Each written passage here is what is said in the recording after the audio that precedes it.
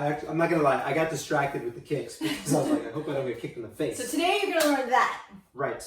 Welcome to 40 Fit Fu. My name is Oscar. This is Mimi. We're here every Tuesday to give you fitness tips and advice so you can continue to do Kung Fu or Tai Chi or whatever activity you like well into your 40s and beyond. And today we want to talk to you about, I don't know if you guys are ready for this. Basics. We were doing some combinations there, but really the main focus of this conversation is why you should love basics.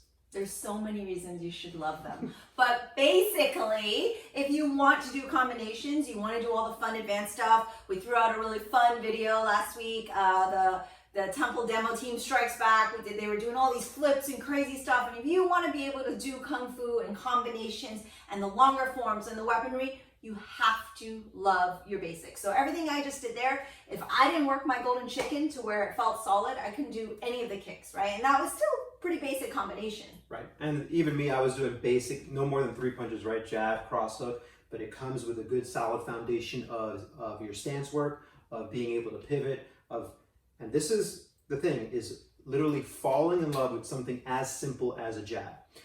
This is going to be preaching to the choir for some of you, which some of you may think, of course, we know. Work on your basics, you're going to get better. It's like, there's nothing revolutionary there. Specifically though, there are some students that we've had in the years of teaching at Wallam where after a particular class, and this is a class that I've participated in as a student, and I'm like, oh my gosh, that was exhausting, have come up and said, oh yeah, that class was easy. And for those of you who have said that, or have said even something to the effect of like, well, that didn't really provide any value for me, or it was almost kind of a pointless class, I know all those things already.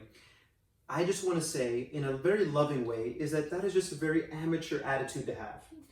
You, whoever you are, who says those things, is just an amateur, and that's perfectly fine. Maybe you don't have the desire to kind of dig deeper into a style. However, if you do have a passion of getting like really good at something, or to the best of your ability, right? Because to say really good is kind of hard. It's like against a martial artist to say I want to get really good. But to say I want to be the best that I can, then you have to fall in love with the basics and try to really almost like excavate the most that you can out of any particular move. Yeah, that transcends across all elite athletes. Like we've read stuff on Olympic athletes and professional athletes that they really do fall in love and understand the value of the basic. I think that's what is most important. Last week on 40 Fit Fu, we talked about mindset. So reframing your mindset to understand that 10 minutes of 5 fits out in the beginning is not just the instructor kind of zoning out.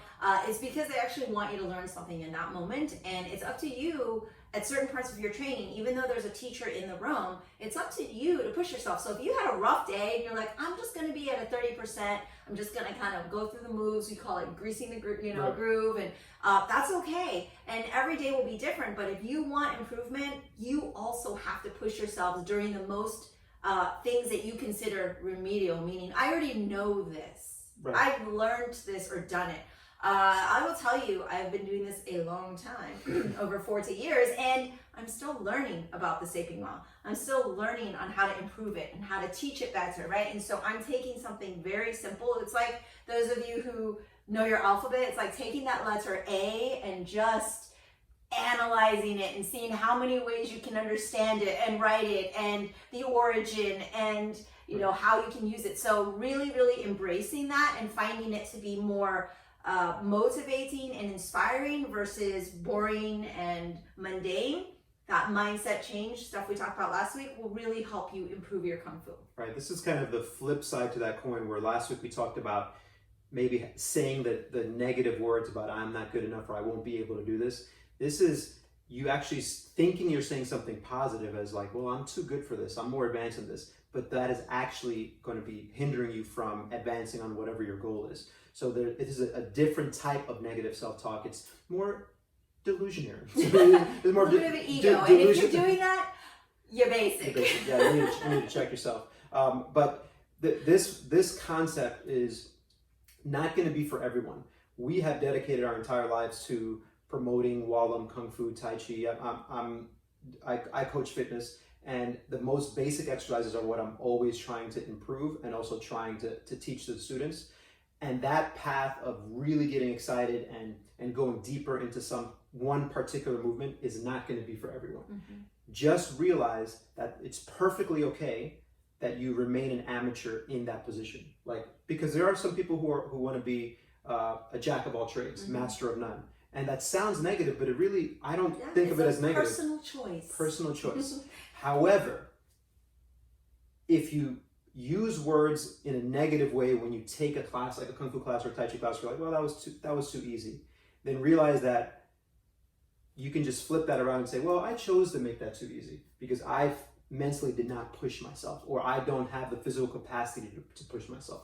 And that is also okay. Yeah, so pick one basic and work on that for the next week. Give us some feedback, let us know how it goes, and we are here for you every week with answers, hopefully, to your questions. All right, and that is all for 4C Fit Food this week. We'll see you next week.